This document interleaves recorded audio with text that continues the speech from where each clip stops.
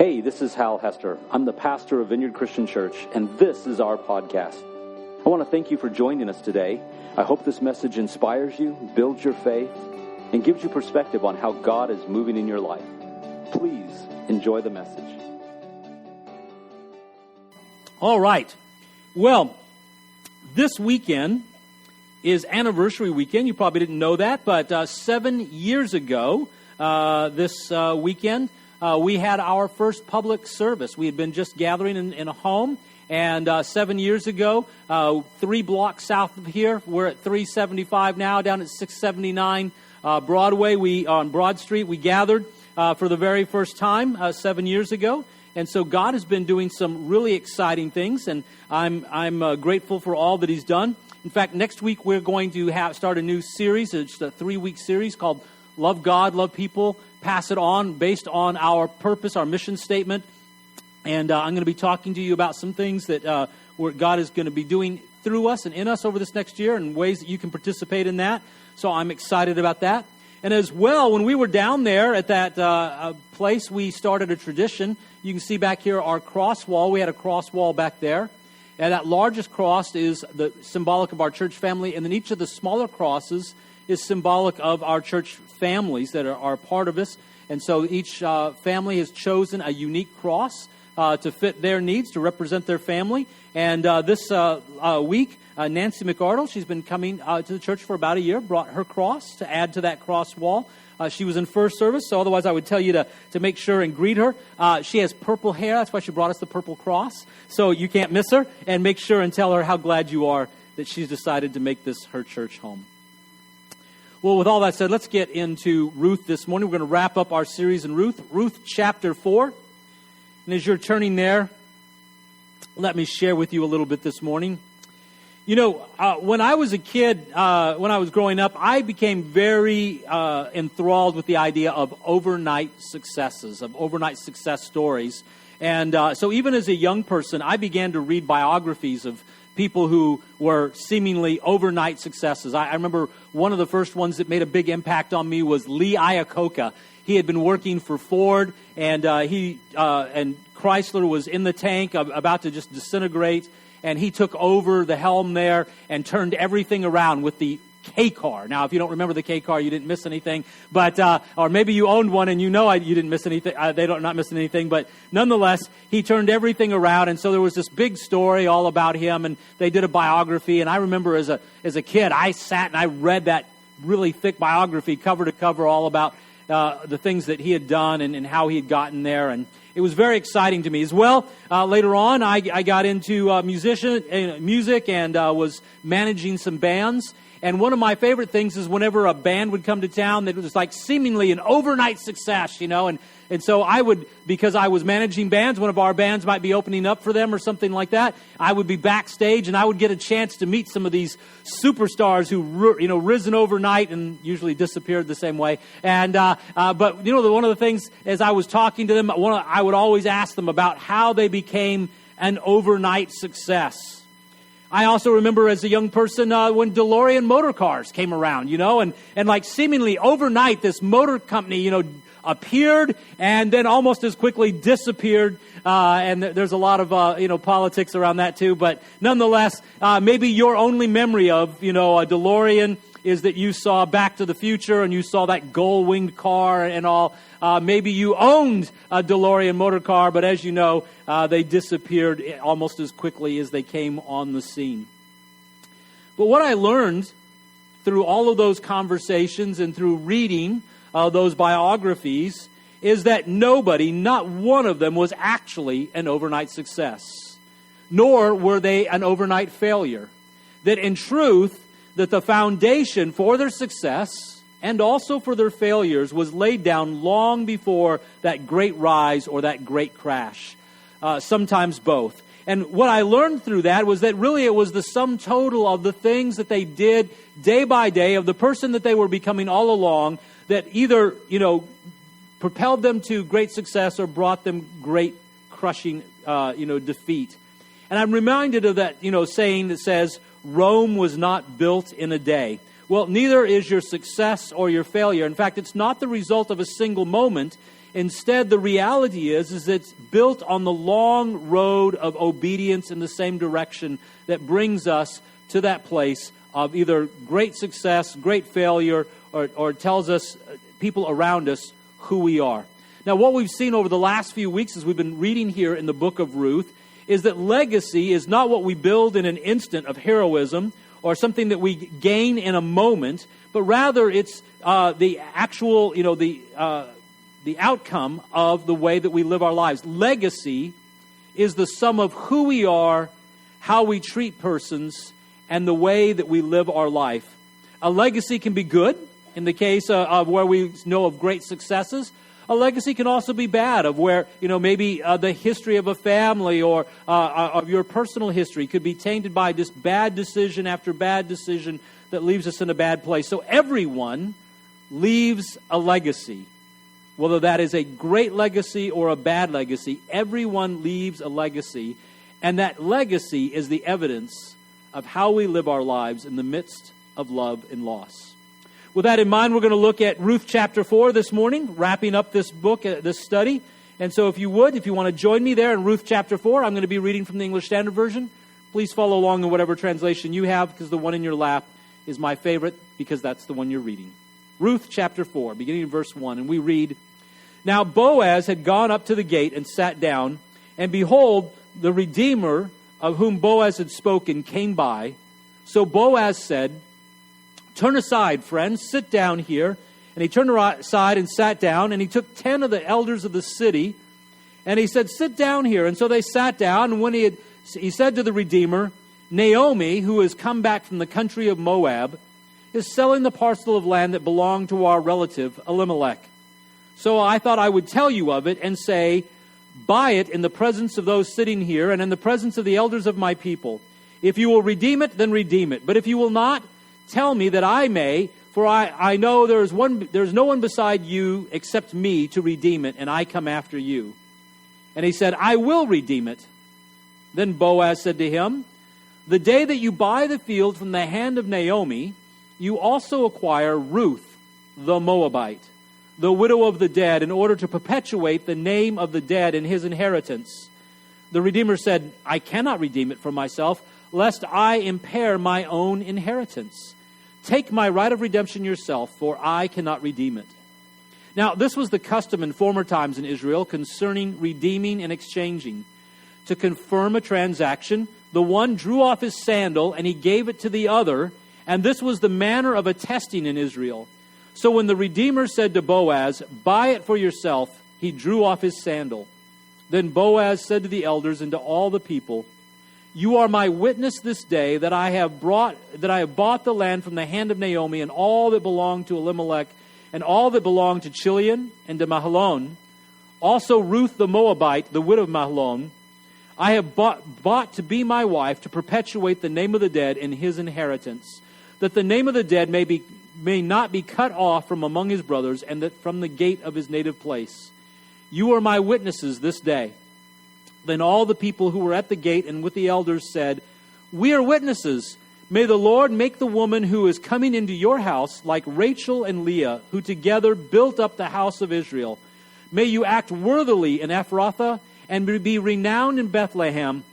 And may your house be like the house of Perez, whom Tamar bore to Judah, because of the offspring of the Lord that will give you this from this young woman.' So Boaz took Ruth, and she became his wife, and he went into her, and the Lord gave her conception, and she bore a son. Then the woman said to Naomi, 'Blessed be the Lord who has not left you this day without a redeemer, and may his name be renowned in Israel. For he shall be to you a restorer of life and a nourisher of your old age. For your daughter-in-law who loves you, who is more to you than 7 sons, has given birth to him.' Then Naomi, who took the child and laid him on her lap, became his nurse. And the women of the neighborhood gave him a name, saying, 'A son has been born to Naomi.' And they named him Obed, for he was the father of Jesse, the father of David. Now these are the generations of Perez. Perez fathered Hezron. Hezron fathered Ram. Ram fathered Abinadab. Abinadab fathered Nahshon. Nahshon fathered Salmon. Salmon fathered Boaz. Boaz fathered Obed. Obed fathered Jesse. And Jesse Father David, of course, whom we know to be King David. Blessed be the reading of God's holy word. Amen, amen. So last week, in chapter 3, we were learning about Boaz and Ruth and who they were in secret. You know, one of the things is that who a person is in secret is really who a person actually is. And so in this particular case, it was the night after the harvest. And, you know, on the harvest, the practice was that after the harvest was done, after everybody had eaten their fill and drank their fill, because part of that celebration was that they would make from the grains, they would make fermented drink, and everybody would have this great big celebration. And so they had a time of eating and drinking, and then afterwards, everybody would go each to their own home, and they would find their grain pile, kind of like, you know, if you ever watch in a movie and some guy's just, you know, suddenly flush with cash, and he throws it all over the bed, and then he jumps on the bed and lays in the money as kind of this symbolism of his, you know, his great conquest and of having made that money, and he's all proud of himself or something like that. Kind of like that. There was this little bit of an attitude of like, I'm going to lay in my pile of grain and be, you know, rejoice in the fact that I've got this great blessing. The other part of it is just simply that this was a security measure. You know, you don't just leave your pile of grain anywhere and expect the next morning you come back, it's not going to be gone. And so the part of a security measure was that night, after they had harvested their grain, then they would each lay on their pile of grain until they were able to put it in proper storehouses or sell it or whatever they were going to do with it in order, because this was basically like a big pile of cash. I mean, this is their resources for the next year that they are dependent on.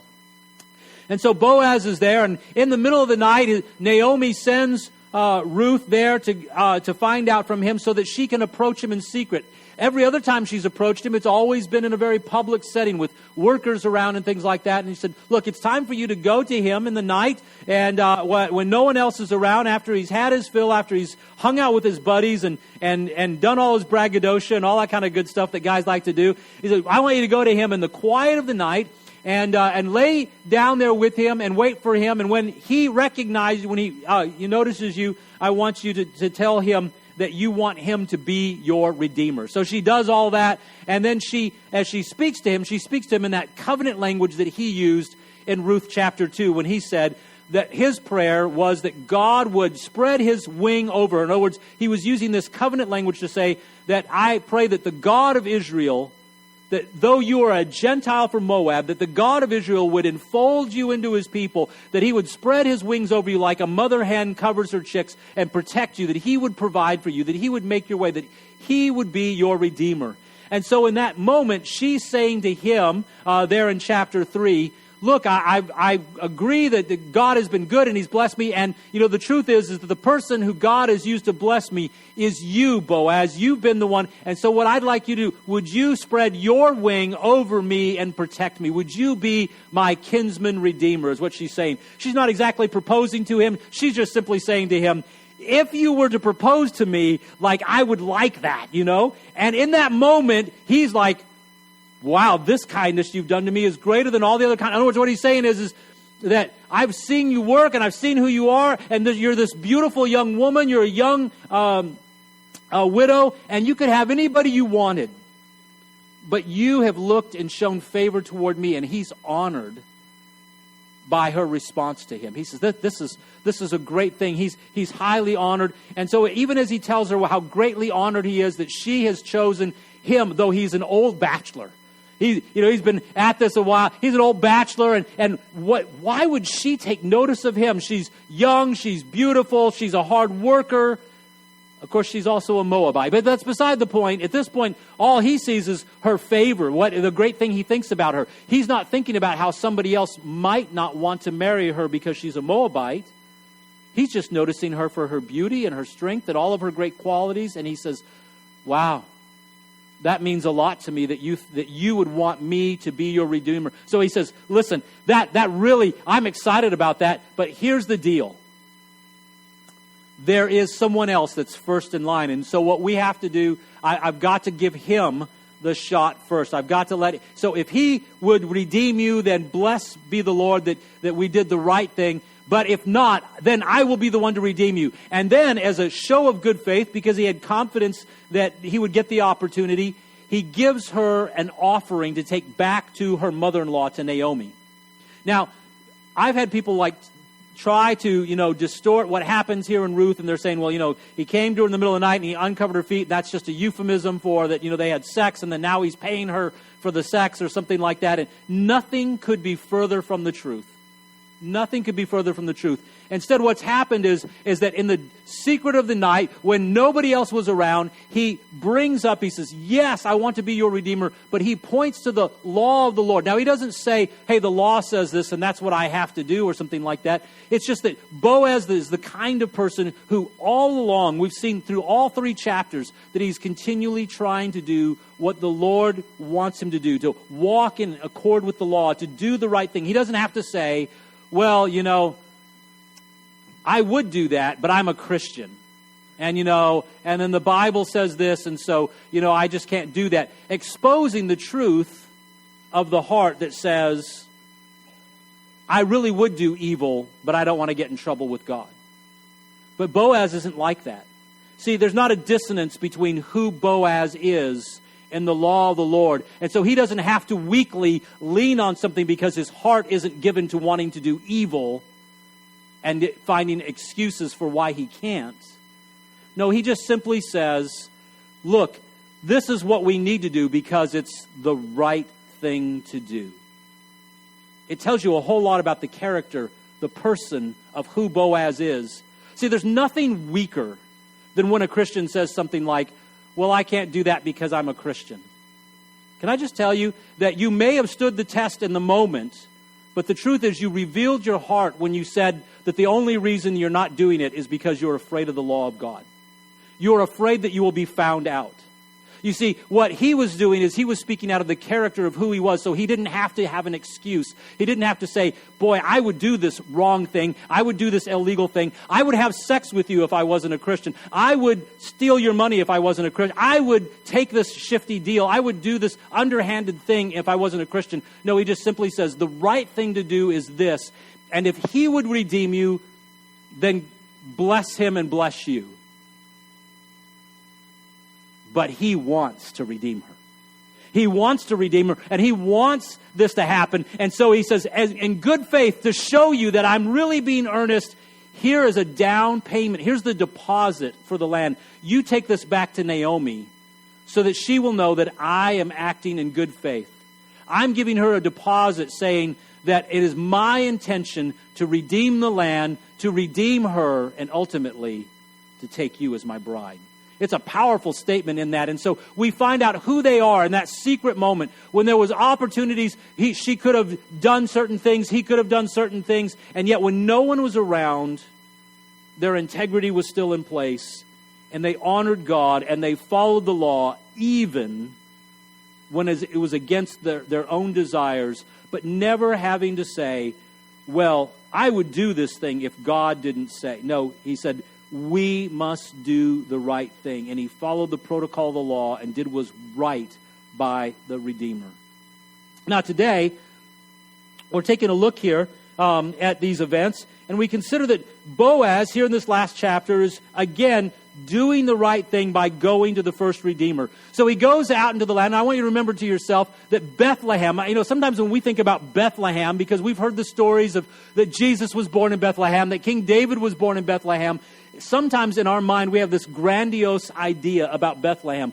But as I've mentioned all through this series, the thing is that Bethlehem is literally just hundreds of people, not even thousands. In fact, the Bethlehem of Boaz's day and of the day of King David later on was lost to us in antiquity, that the Bethlehem of the first century is actually a little bit, it's a few miles away from where the original Bethlehem was. And even the Bethlehem of the time of Jesus was a little tiny hamlet, very small town, about 13 miles from Jerusalem. Today, it's basically a suburb of Jerusalem because Jerusalem has grown so and overtaken it. But we know from antiquity, from church history, that there was even a period of time when they didn't know whether or not Bethlehem had actually existed in the time of David and things like that. Because it was such a small town, it just disappeared. So I want you to think for just a moment. Here's little Bethlehem, and he gathers together all of these people. He's gathering together 10 of the elders of the people. So you've got to think to yourself a couple of things. Why the 10 elders? Well, first of all, 10 in the Bible is a very significant number. If you think about it this way, that when Abraham made that first offering to Melchizedek, long before the law of God was in existence, and so he made that first offer to Melchizedek, and he gave him 10% of all that he had as an honor, as a blessing to the priest and king named Melchizedek. It's also 10% is part of, according to the law, is what was given by the people of God to sustain the priesthood. So they would give a tithe to the priesthood to sustain the Levites. They also gave a second tithe to the tabernacle and later on the temple for the same purpose, to sustain it. And then there are other offerings that they did in the course of worship that was another tithe. Actually, it was closer to 13% when you talk about all the offerings and sacrifices and things that they would do, for a total of about 33% of their income overall. But this understanding from before the law was written and from very early on was that this number of 10 being a foundational number. In fact, later on in the exile to Babylon, it would take 10 families in order to have a synagogue. So 10 families would gather together. That would allow them to pay a rabbi to come and to teach and to help them and so forth. And so this idea of 10 was a significant number. Now, when you're talking about this town of Bethlehem and you're thinking about just a few hundred people, consider also that these were large families for the purpose of farming, a very agricultural climate and everything. So when you say 10 of the leading families, 10 elders, you're talking about basically almost every man in town.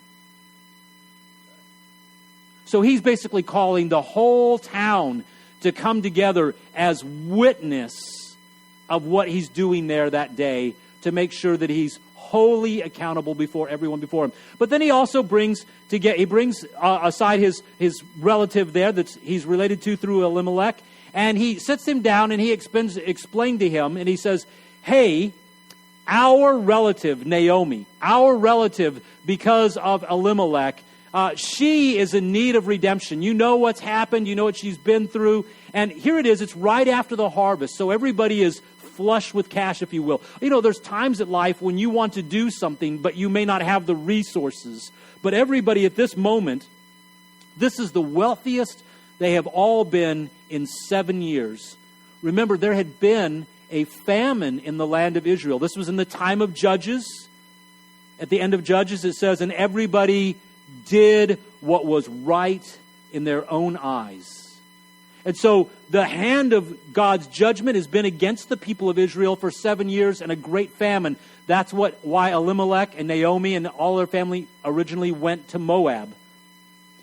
They then were struck with a time of famine, and God uses that to bring Naomi back home to her kinsmen to seek relief, to find hope, and she brings with her daughter-in-law, Ruth. But at this moment, this is the best off they have been in 7 years at any point in time. And so he says to his cousin, hey, cuz, look, everything is good. We've just had this wonderful harvest.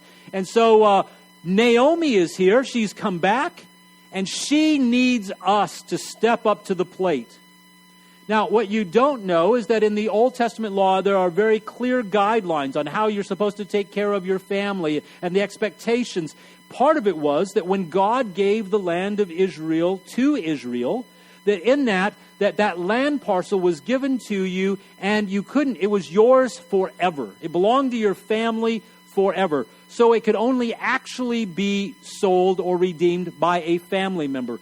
If you sold it to somebody who was not a part of that family, if you sold it to somebody even who was another Israelite, you waited for the Jubilee. Every 50 years, that land would return back to the original family that owned it. So whenever you would sell the land to someone who wasn't part of your family, then what would happen is that you would basically lease it for 50 years, or 49 years, or 48 years, or 1 year, depending on how long until the next Jubilee. In fact, one of the things that often caused problems between Gentiles who moved into Israel and the Israelites was that sometimes they would sell the land for what it was worth and go, oh, surprise, it's Jubilee next year. Not very ethical. So this practice of Jubilee would be a time of it restoring to the land. So everyone there would know that it was very important that it had to follow into the family line, belong to one of the kinsman redeemer. And so he's making sure that everybody knows what's happening, that they're seeing whenever he draws off the sandal, that they're knowing the extent of the bargain. See, here's the thing. Have you ever been tempted to take a shortcut or to do something in a maybe less than ethical way?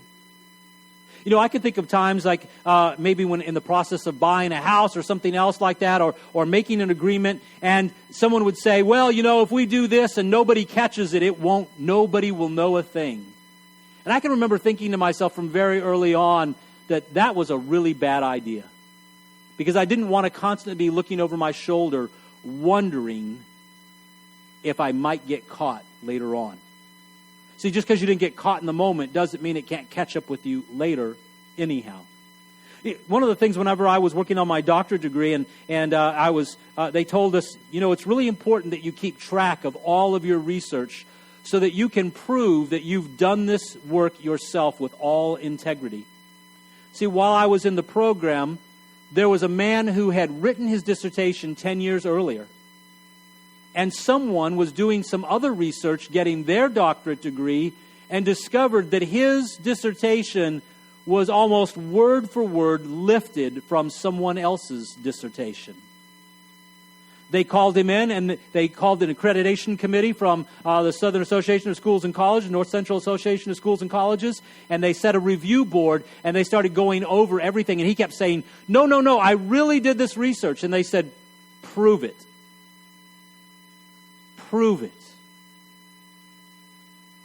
But he had no proof. And when the day was done, they not only stripped him of his doctoral degree, but of his job as a professor, and it began to affect the accreditation of the other schools that had hired him. It had a huge impact on a lot of people's lives, because most likely he took a shortcut that he thought nobody would catch him when he walked across the stage with that degree. Here, Boaz is being a man of great accountability. So he says not only to the person that he's making the agreement with, but he calls the 10 elders. He's basically calling the whole city there to be witness of what he's doing that day, so that there's nothing that could be seen as being underhanded. Furthermore, he says something that's really intriguing. In that process, as he's explaining all this, he calls it out and says, and remember also Ruth the Moabite. See, it's really important. See, at this moment, it would have been really easy in this point in time for someone to have said, but she's a Moabite. She's a Gentile. We owe her nothing. She's not family. It's not our fault that he ran off to another land, that they brought back this bride from another country. They could have easily said, she is not a covenant member. She is not a Jew. She is not under the protection of the covenant. They could have easily said all of that. But here's what's happened, is in the process of her coming back, of her walking with the Lord, of having stood by her mother-in-law, of having called upon the name of Yahweh, of having sought the protection of Yahweh God, and to be under his wing, under his protection. As she's been doing this whole thing, everybody in the community knows who this woman is. Remember, it's just hundreds of people. But to make sure that everybody knows who she is, and to make sure that he's clear about all of this, he's asking for her, this Moabite woman, to be brought under the protection of the covenant of Israel. He's being clear on every regard of this. There's no underhandedness, there's no sneakiness, there's no secret deals. He's making sure that everyone is clear. There's at least two reasons for that. One, Boaz is a man who's after God's own heart, who's pursuing the Lord God, and doesn't have to say things like, well, you know, the law says this, or make some excuse for why he does the right thing.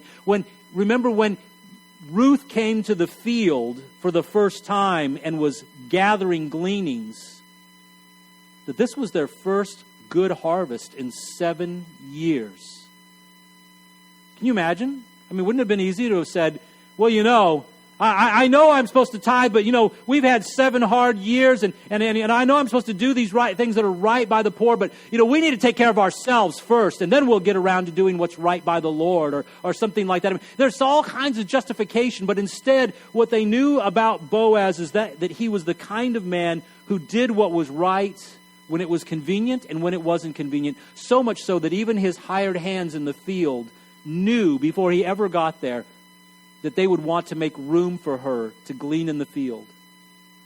So in the midst of maybe a time where a lot of people would have said, well, you know what, I've got to make up for lost time here. I mean, I haven't had it has been a time of great blessing or whatever, and instead, Boaz does what's right before everyone. And now in this moment, where his heart is surely attached to Ruth, I can't believe that a beautiful young thing like you would want an old man like me. You've done me a great honor. First, we must find out if the other Redeemer would redeem you, because he's first in line. And here's the thing, he just wanted to do what was right before the Lord. Second, he wanted witnesses to be there present so that what was established would be established before the whole community. And then third, in that moment, whenever he took the chance to ask, this guy to redeem it, and he says, yeah, absolutely. I mean, I'm flush with cash. Things are looking good. I'm going to do that. And he says, okay, but remember, I'm not only asking you to take care of Naomi, but I'm also asking you to take care of Ruth, the Moabite. And in that moment, he says, well, I can't.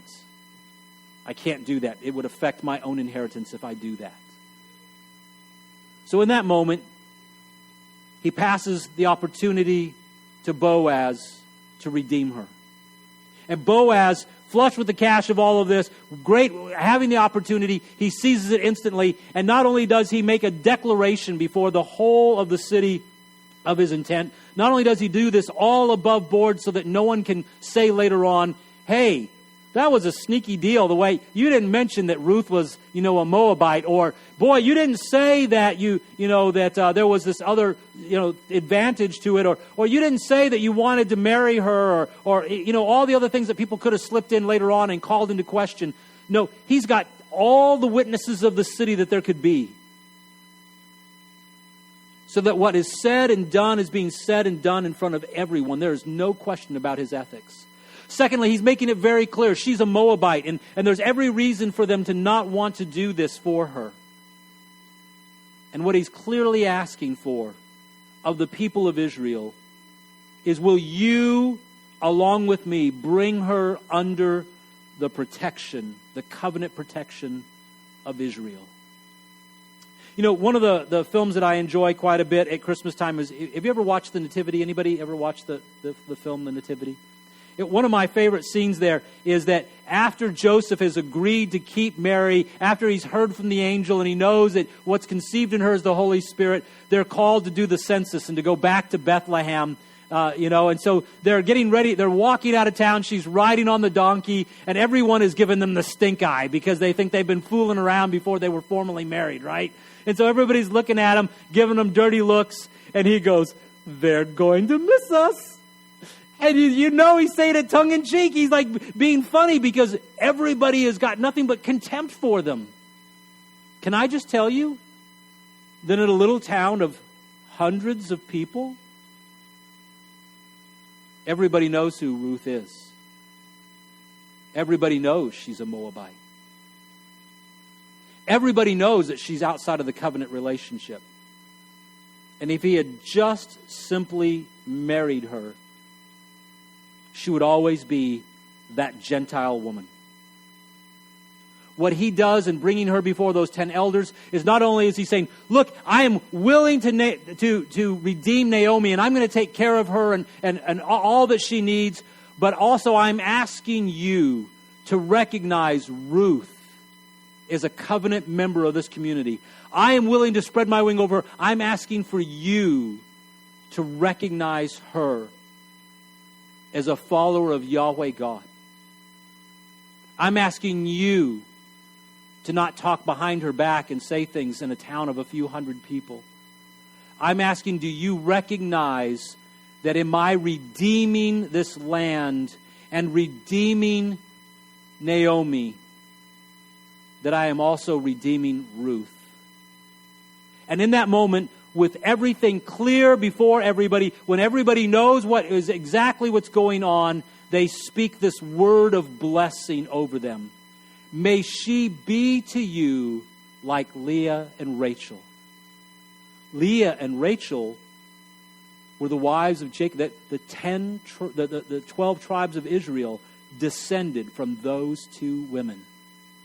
In other words, what they're saying is, just like she was the bearer of a covenant family, so too they are receiving her into their community. They're saying, Ruth is a part of this community. She's under the covenant blessing. We recognize her. We believe that God can use this Gentile woman in your life. And we're praying God's blessing, that as you have redeemed her, as you've done what's right before the law, so then may God also do what's right before you and bless her so that she has all of these children and that you will be just like Israel, that the land would be blessed just like it was by Israel because of you doing the right thing here.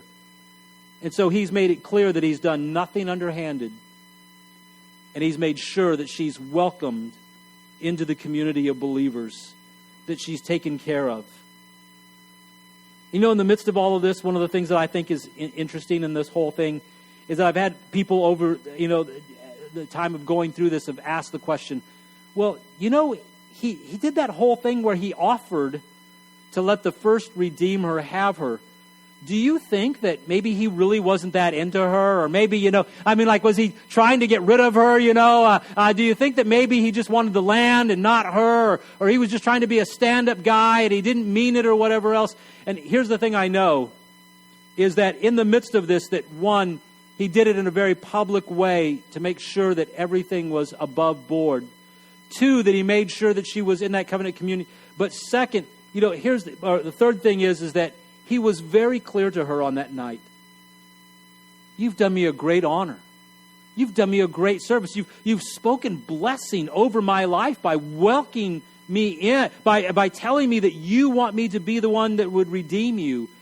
And he showed his intentions by the gift that he gave Naomi that night to bless her. Do you realize that if the first kinsman redeemer had said, yes, I want the land, I will take care of Naomi, and I will marry Ruth the Moabite, that he wouldn't have gotten his deposit back?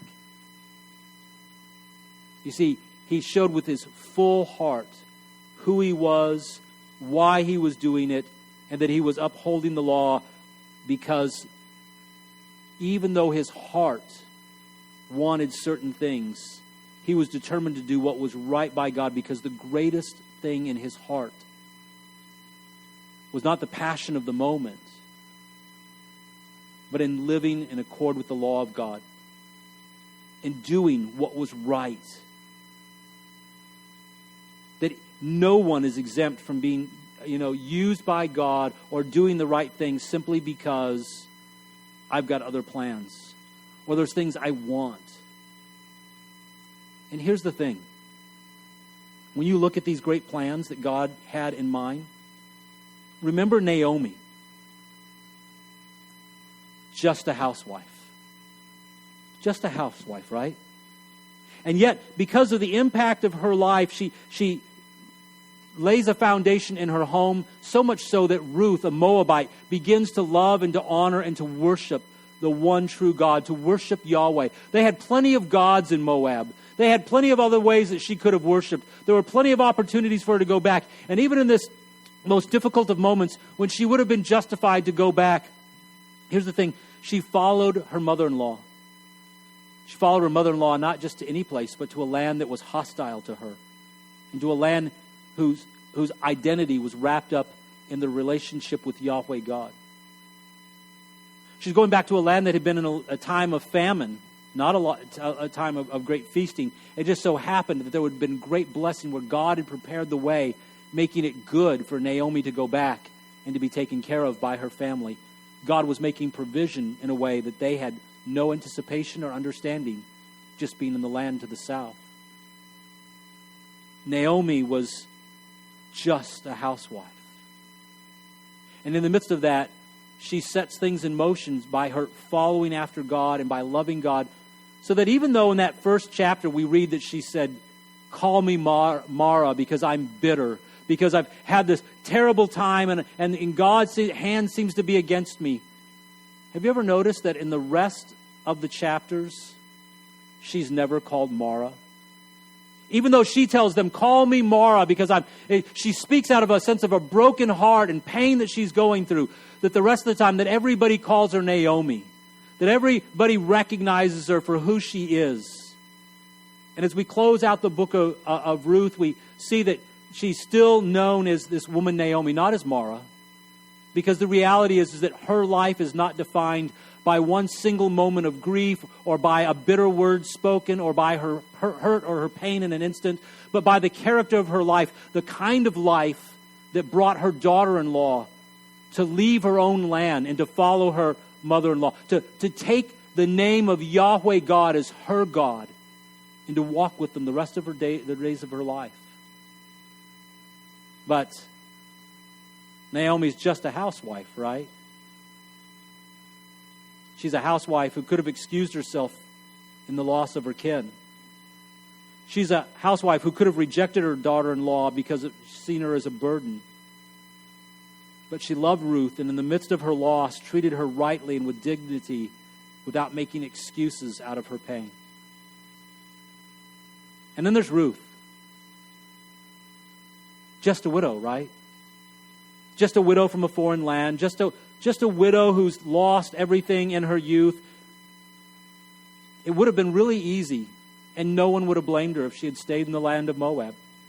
It would have been really easy, and no one would have blamed her if she'd gone back to the gods that she grew up with. And yet, as she's following after God and she finds out who this God Yahweh is, and she learns about this God from her mother-in-law and sees the consistency of her mother-in-law's life and the way she walks, even in the midst of her pain, even when she had a legitimate excuse to turn her back on her, she doesn't. And so she refuses to turn her back on her, to abandon her mother-in-law. And she not only goes with her mother-in-law and honors her mother-in-law and goes to a foreign land and honors the name of Yahweh God, but then she does such an excellent job of taking care of her mother-in-law and following the law of God that the whole community begins to recognize her as someone who's significant, who stands out. That even before Boaz knew who she was, even before Boaz knew that he had any responsibility to her, that she stood out as someone who was working hard in the field, bringing honor to herself. But she's just a gleaner, just a beggar, just a Gentile, just a woman from a foreign land. And then there's Boaz. Remember, he's just a farmer. A farmer who keeps his commitment to trust God and to keep God's law. And so that even after times of great famine, he's still allowing the gleaners to be in his field. Even when times have been hard on him, he's looking to honor the Lord, so much so that when the blessing does come, his hired men never think that it's okay to push off the gleaner or to get rid of them. No, because they learned in those 7 years of famine that Boaz was the kind of man who lets the gleaners glean even when it's hard. So that whenever it was a time of abundance, they never even had to ask the question, would you want us to do right by the gleaners and according to the law of our God? No, they knew that that was the kind of man that he was. He was just a farmer who trusted God and kept his law without ever having to say, well, you know, I would do this, but the law says. And eventually, Boaz, who was just a farmer, Ruth, who was just a widow, Naomi, just a mother-in-law, just a housewife. That God uses them in the midst of their very ordinary, simple circumstances to build a dynasty that will eventually bless the whole world through the King Messiah, Jesus Christ. Their grandson, their great-grandson, is going to be the King of Israel. But they didn't know that. The books had not been written. See, there's no point in which their intrinsic motivation was, if we will be really good farmers today, if we will be good gleaners and we will just do what's right by God, someday, our children are going to be kings. See, that was never the motivation. The motivation that led Boaz to do the right thing, why he never had to cite what the law said, but simply spoke it as to be the right thing to do, was that deep from within, his character, his nature was being shaped by who God is. And so, as just a farmer, he did what was just. As just a young widow, she did what was just and right. You see, right there in the midst of their very ordinary circumstances, God used them. In the midst of their little town in the middle of nowhere, God used them to build a dynasty, to impact the whole world. You see, the point is that ordinary lives lived in a way that glorifies God have huge implications for the kingdom of God. We can't begin to underestimate and think to ourselves, well, I just live in Brooksville. I'm just a rancher. I'm just a teacher. I'm just a postman. I'm just a chiropractor. I'm just a lawyer. I'm just. You see, we don't become great successes. We don't see great things happen in someone's life in an overnight. It is a fool's errand to believe in the overnight success. The reality is that what looks like the overnight success is born in those minute details, in the mundane, in the everyday of what we do day by day, day by day, becoming who we are, building a legacy. For better or for worse, you and I are building a legacy. You see, the things that you and I do in those everyday events, the way that we make our family feel, the way we make our coworkers feel, the people who report to us, the checker at the cash and carry, when you're ringing someone up at the 7-Eleven, you are building a legacy. It doesn't happen in the crash bang moments. It doesn't happen in the great opportunities. It's not in the bigger, better deal. There's no BBD that changes your life, that transforms you, that suddenly makes you a hero. No, a great legacy is born in those individual moments. And the sum total of those moments is your legacy. Likewise, can I just tell you that in moments like that of Naomi, where she cried out in her hurt and her pain and in her bitterness and said, the Lord has come, put his hand against me, call me Mara. Can I tell you that that one moment didn't define her life either? You see, it's the sum total of those things. And so you may find yourself in a place where you've made decisions or done things, and you look at the pain of those things and the things that you've done wrong, and you think, how will I ever recover from that? Can I just tell you that that's why Naomi is there? Naomi is there to remind us that that is not the sum total of who you are and the total of your experiences. And that, yes, by the power of God and by the power of his Holy Spirit, you can recover. Your life can be restored.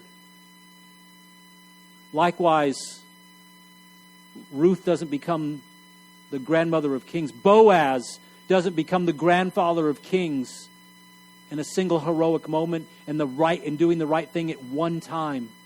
But it's that series of events of him making choices again and again and again, so that the mundane, ordinary events of our life serve to advance the extraordinary purposes of the kingdom of God. When we think that God cannot use us, when you think that I'm just from Brooksville, I'm just from Spring Hill, I'm just from Inverness, you've said more about your view of God than you've ever said about the humility of your circumstances.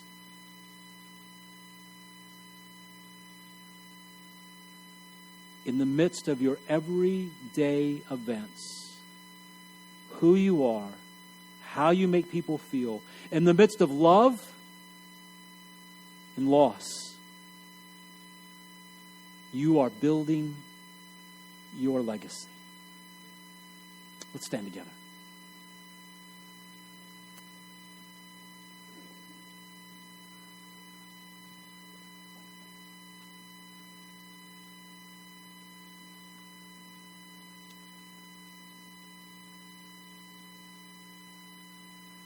I said it before, and I say it again, not in a harsh way, but in a reality check. That only a fool believes in an overnight success. Can I tell you that one of the things that they've discovered in following musicians at the Juilliard School of Music is that it didn't matter how much talent somebody came into that school with, that it didn't matter who their parents were or whatever they had when they launched out, when they started into the school, but instead, as they followed those who graduated from the school, what they found is the single greatest thing that determined success was whether or not they put a minimum of 10 hours a week in practice of their instrument. They said that as they looked at the success of those graduates, that everybody without exception who put less than 10 hours a week into their craft never made it out of the starting gate, never became a success. But those who always put in that 10 hours a week or more of practice, regardless of their skill level going in, regardless of their natural talent level, that every one of them, without exception, became a great success in the eyes of Juilliard School of Music. Can I just tell you that what you do day by day is the thing that matters most? Who you are when no one is looking, when you're on your pile of grain and you're celebrating the goodness of God, when you're laying on a very small pile of grain and you're wondering what God is doing in the midst of this, when you're in your times of you're in a foreign land or in a hard place and you're calling out to the Lord and wondering where He is, that all of these things, these are the things that are determining our legacy. Everyone is actually the painstaking results of what they do over time. Whether we're doing the right things over time, and there's a great breakthrough that everybody takes notice, or whether we are constantly doing things that undermine us, and even those things eventually undermine our great success in a terrible way.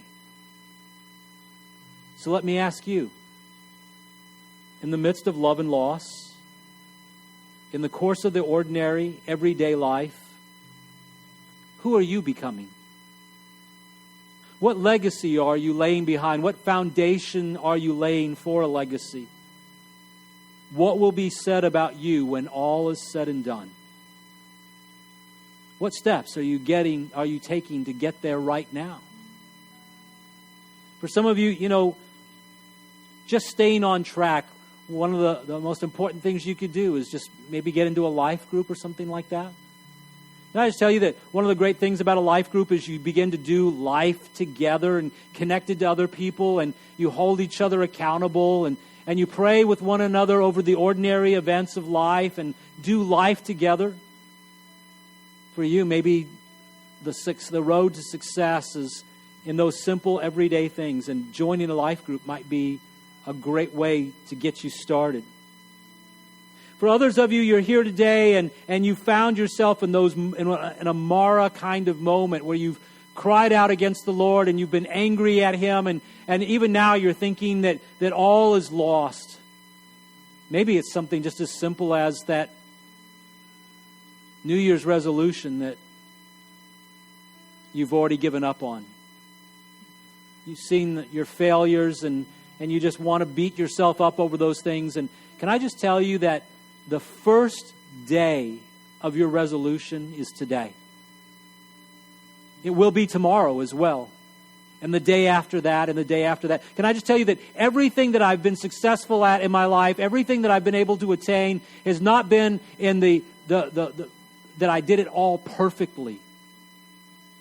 It meant that on the day whenever I failed, whenever I messed up, that I got back up and I started on day one again. And I just kept walking day one every day until I found myself in the place I want to be. That's how you build a legacy. And so maybe you're here this morning and you've had your Mara moment, or maybe even a succession of Mara moments, and you're thinking to yourself that maybe it's too late for me. Can I just tell you, it is never too late for you. And so I want to invite you. There's prayer team members up here that you could pray with. You could pray with them about your Mara moment. Maybe there hasn't been the Mara moment, but you've just thought to yourself, there's no way that God could use me. I'm just this, or I'm just that. I'm just here. And so maybe this morning the need is for you to let go of all the justification for why you can't do what God has called you to do. Maybe it's time to let go of all the excuses that get in the way of your legacy and to simply say, God, here I am. I need your strength. I need your power to walk me through in this moment. And maybe, just maybe, you've been trying to walk faithfully along with God all along. You've seen His fruit in your life and you've seen good things, but you're always wondering when the big event's going to happen, when something more significant will take place. And can I just invite you, will you come and get some prayer and hear from the Lord God Almighty? Hear from your Father who loves you. The well done, good and faithful servant. Would you hear from the Father that He is able to do with you in your just circumstances what you never thought He could do? Will you trust Him? Would you lean on Him? Let's worship the Lord together this morning, shall we? I hope you enjoyed the podcast today. And if you did, there's two things I'd love to ask of you. Number one, would you subscribe to our show? That way, the most recent podcast will be in your feed, ready for you when you are. And secondly, if this ministry has impacted you and you'd like to help us continue to reach others, you can click on the link in the description to give now.